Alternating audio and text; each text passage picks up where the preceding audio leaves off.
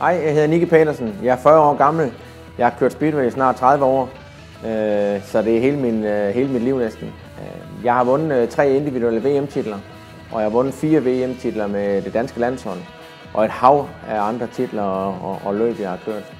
Jamen, altså 2 timer før, der kommer jeg altid til løbet, og den måde, jeg forbereder mig på, det er, at jeg går ind i the zone, som jeg kalder det på godt dansk, men jeg skal ind i den der osteklokke der, så at alle de der dødeligheder, alle mulige, det er familie, og hvis der er sprunget en bombe over i nabobyen, men det kan ikke rage mig mindre. Og det er en fed fornemmelse at komme ind i den der, når man er inde i zonen, inde i osteklokken, og man bare fokuserer på det her nu, i de der 2 til 2,5 timer, det tager. Der er det ligesom, man tager følelserne uden på kroppen, og man ikke ligesom lader sig blive følelsesmæssigt berørt. Og det er sindssygt vigtigt i vores sport, at man kan fokusere 110%, fordi der bliver gået til makronerne, gået til stål. Og det der med mavefornemmelsen, at gøre det maven, den egentlig føler, og selvfølgelig erfaringsmæssigt også, men det går så stærkt i vores sport, at du skal være forberedt, og du skal tænke over tingene også, men det er faktisk reflekserne, der skal være endnu mere op på dupperne, og det er mavefornemmelser. Det er instinktet, for tænker man, nu sker der sådan og sådan, så er det længe for sent. Så det er den der mavefornemmelse og instinktet, man skal virkelig bruge, og det er det, jeg synes, der er fedt. Og det er nogle ting, at du ikke bare tager ned op fra hylden af, og så putter du ind i det. Det er noget, du ligesom har i dig, eller du ligesom i din barndomsår får puttet ind i dig, og får fundet ud af, hvor det kommer fra. Det er svært at sige.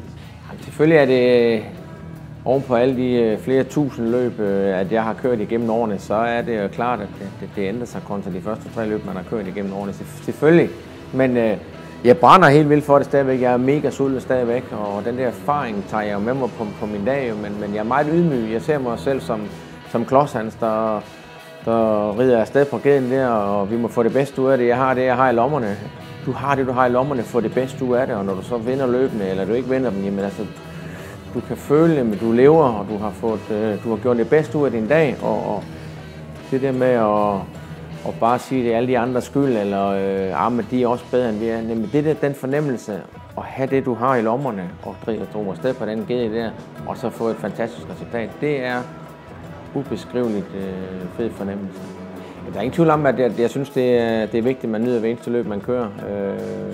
Og selvfølgelig har jeg ambitioner. Jeg kunne hjertens godt tænke mig at nappe en VM-titel mere, men jeg er også ydmyg og klar over, at det kommer ikke over en dag.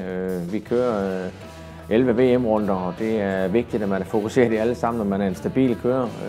Du har et team bag dig og forskellige ting, og nogle grej, der skal rende stærkt. Så sulten er der, og ambitionen er der også stadigvæk, men jeg er meget ydmyg. Jeg tager et løb ad gangen og fokuserer over det. Og når tingene så spiller, jamen, så ved jeg også, at jeg har erfaring til, og vi har også i nerverne til at trække den titel hjem. Så. Tak for det.